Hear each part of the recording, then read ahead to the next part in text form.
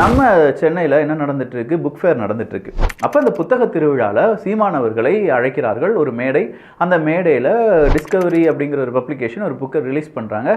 அதை பற்றி சீமானவர்கள் பேசும்போது அந்த பாதை கம்பன் பாதை, இந்த பாதை நல்ல பாதை, அந்த பாதை நல்ல பாதைன்னு சொல்லிட்டு இந்த பெரியார் பாதைன்னு ஒரு பாதை இருக்குது பார்த்தீங்களா, அந்த பாதை மட்டும்தான் ரொம்ப கேவலமான பாதை அப்படிங்கிற மாதிரி ஒரு வார்த்தையை விடுறார். இந்த வார்த்தை விடுறதுக்கு கொஞ்சம் நேரத்துக்கு முன்னாடி தமிழ்தாய் வாழ்த்து அப்படிங்கிறது பாடப்படுகிறது. ஆனால் அது உண்மையான தமிழ்தாய் வாழ்த்தா, தமிழ்நாட்டில் ஃபாலோ பண்ணக்கூடிய தமிழ்தாய் வாழ்த்தா அப்படின்னு பார்த்தா கிடையாது.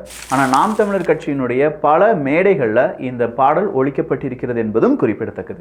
இது ஏதோ இன்னைக்கு தான் ஒழித்து இருக்கிறார்கள் அப்படிங்கிற மாதிரி இங்கே பிரச்சனை பூதாகரமாக்கிட்டு இருக்காங்க. பட் அது இல்லை, நாம் தமிழர் கட்சியினுடைய பல மேடைகளில் இந்த பாடல் ஒழிக்கப்பட்டிருக்கிறது என்பது குறிப்பிடத்தக்கது.